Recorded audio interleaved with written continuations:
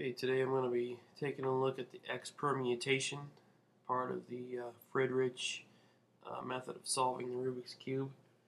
Um, I'm going to be showing you the way that I do the algorithm and talk about why I think it works well, for me anyways.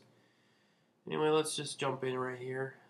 Just to begin, the move for this permutation where all the corners are correct and all the middles are opposite where they need to be.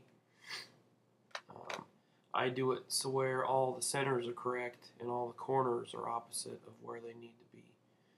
So every corner needs rotated, I don't know, two turns or something.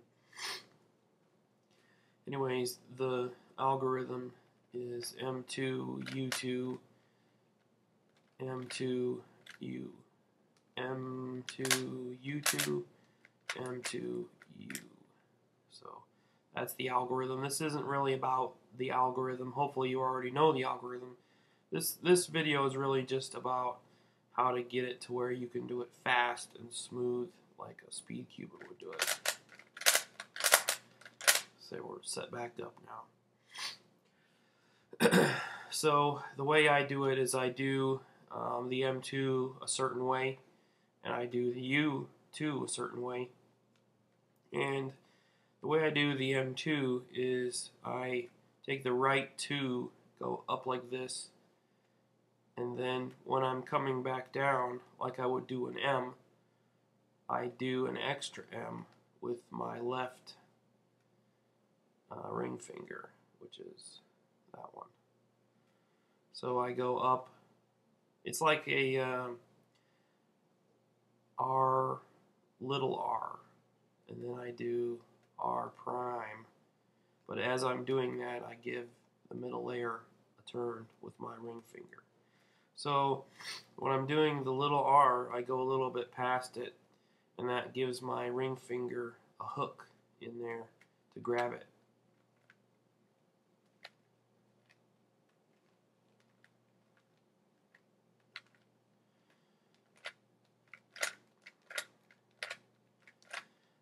The other special thing I do is that when I'm doing U2, I do a finger trick of 1, 2. So the whole deal is M2, U2, M2, U, M2, U2, M2, U. So I'm still not doing it at full speed yet. So there's basically 4 groups of moves, and you have to learn when you're speed cubing to kind of merge groups of moves together like a combo. When I was younger, we had video games like Street Fighter, and you did combo moves where you did 2 moves at the same time, and that's what this is. So in reality, it's M2U2 is one single group of moves that's executed in one sequence.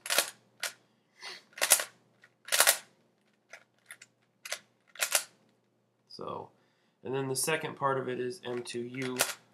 Hold on. Okay, so let's begin again. So it's M2U2 and then M2U. So if you were really good, I guess you could just kind of merge those into one, but you just do that whole thing twice, and then you have the entire sequence. You just repeat it.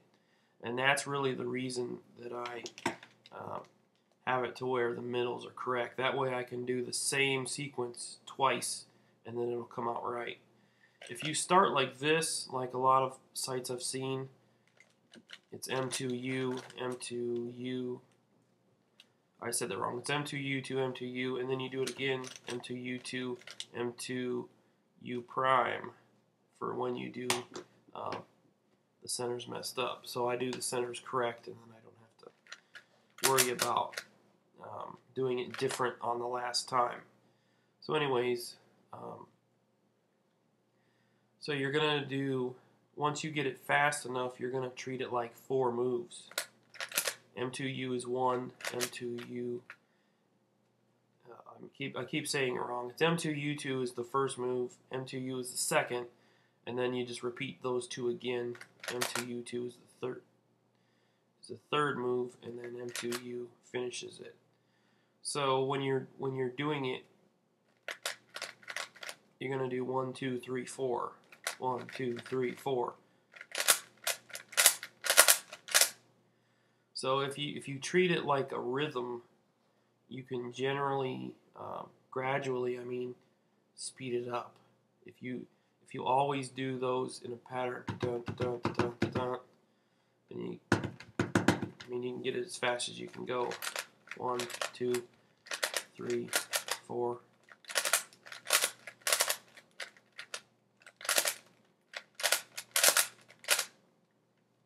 So, anyways, that's how I do the move. And, I've pretty much said everything I do except for one thing. The only other little trick about it, for me anyways, is that my index finger of my left hand is resting on that line right there. So, really what that does is, as I'm doing a U, it'll act as a stop.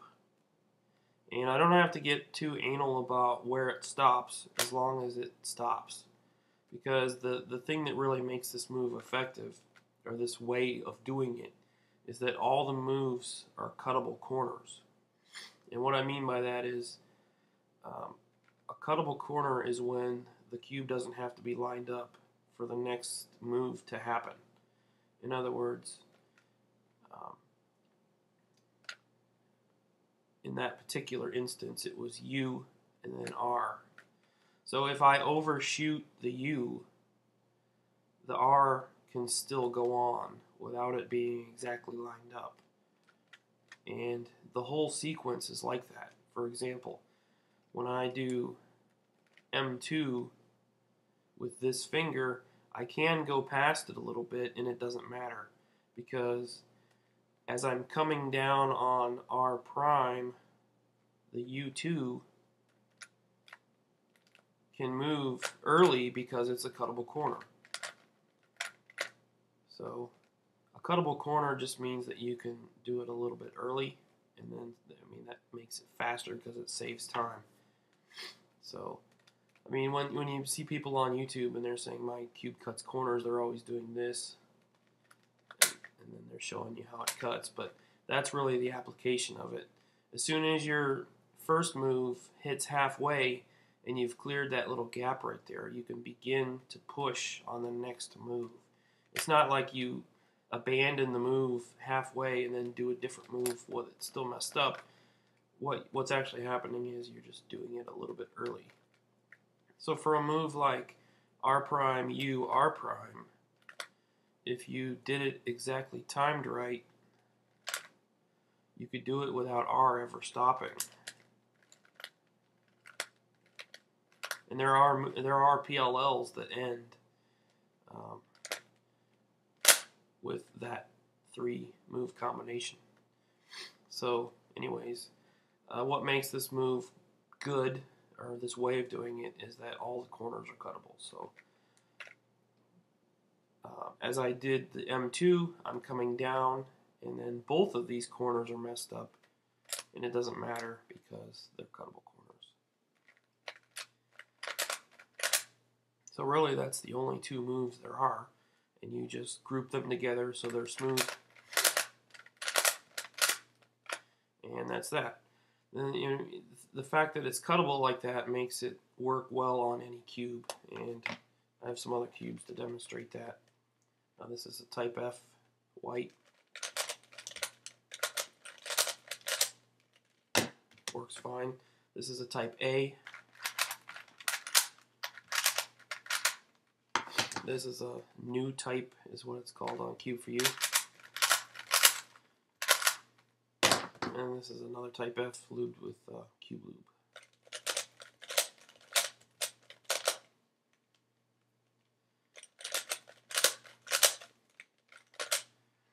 So that's the move.